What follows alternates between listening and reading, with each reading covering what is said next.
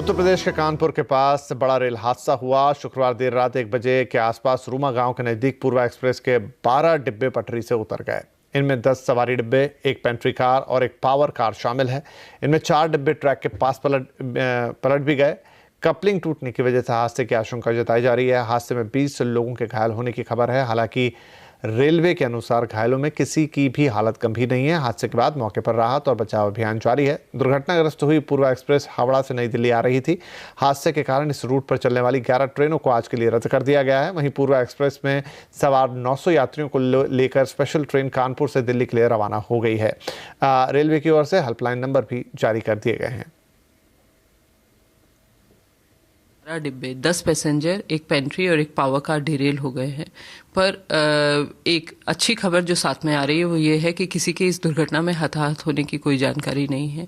कुछ पैसेंजर्स को मामूली इंजरीज आई हैं। रेलवे की ओर से राहत और बचाव कार्य तुरंत शुरू कर दिया गया था। जो लोकल रिस्पॉन्डर्स हैं उन्होंने पैसेंजर्स को ट्रेन को पूरी तरह से इवैक्यूएट कर लिया है। पैसेंजर्स की आगे मूवमेंट के लिए बसेस अरेंज कर दी गई हैं। इलाहाबाद और कानपुर से ART और ARME हमारी जो मेडिकल इक्विपमेंट ट्रेन और एक्सीडेंट रिलीफ ट्रेन मौके पर रवाना हो गई है। रियल एस्टेट सेक्टर के लिए अच्छी खबर है। देश के 9 बड़े शहरों में 6 शहरों में घर बिक्री में 5% की बढ़ोतरी दर्ज की गई है। यह आंकड़ा जनवरी से लेकर मार्च तक का है। प्रॉप इक्विटी की रिपोर्ट के मुताबिक वित्तीय वर्ष 2018-19 की चौथी तिमाही में लगभग 56,000 घर बिके हैं। डिटेल्स के साथ है निधि राय। निधि, प्रॉप इक्विटी की रिपोर्ट में और क्या जानकारी है आपके पास? तो जैसा आपने बताया कि ये आखिरी तिमाही का ये आंकड़ा है और इसमें 9 बड़े शहरों में किस तरीके से घरों की खरीदारी हुई है, किस तरीके से रियल एस्टेट सेक्टर ने काम किया है, उसके बारे में बात हो रही है।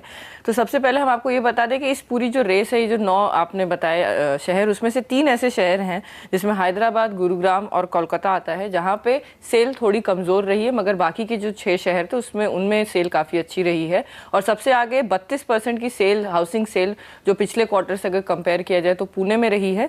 और हालांकि सेल ज़्यादा हुई है घरों की, मगर लोगों ने नए जो घर बन रहे हैं, जो तैयार हो रहे हैं, जो लॉन्चेस है, जो डेवलपर्स हैं, उन्होंने लॉन्चेस करने कम कर दिए हैं। मतलब 7% जो नए लॉन्चेस हैं वो कम हुए हैं इस क्वार्टर में। और जब हम लोगों ने जानकारों से बात की तो जानकारों का ये कहना है कि अब लोग ज़्यादा से ज़्यादा रेडी टू मूव इन घर, या जिनका पोजेशन करीब है, जिनका घर उनको जल्दी मिल सकता है, वो वाले घर पसंद कर रहे हैं। तो पहले रियल एस्टेट सेक्टर, अगर आज से 2 साल पहले की बात करें तो पहले रियल एस्टेट सेक्टर एक इन्वेस्टमेंट सेक्टर हुआ करता था, मगर इस समय का जो इंडिया का रियल एस्टेट सेक्टर है वो एंड यूजर ड्रिवन है।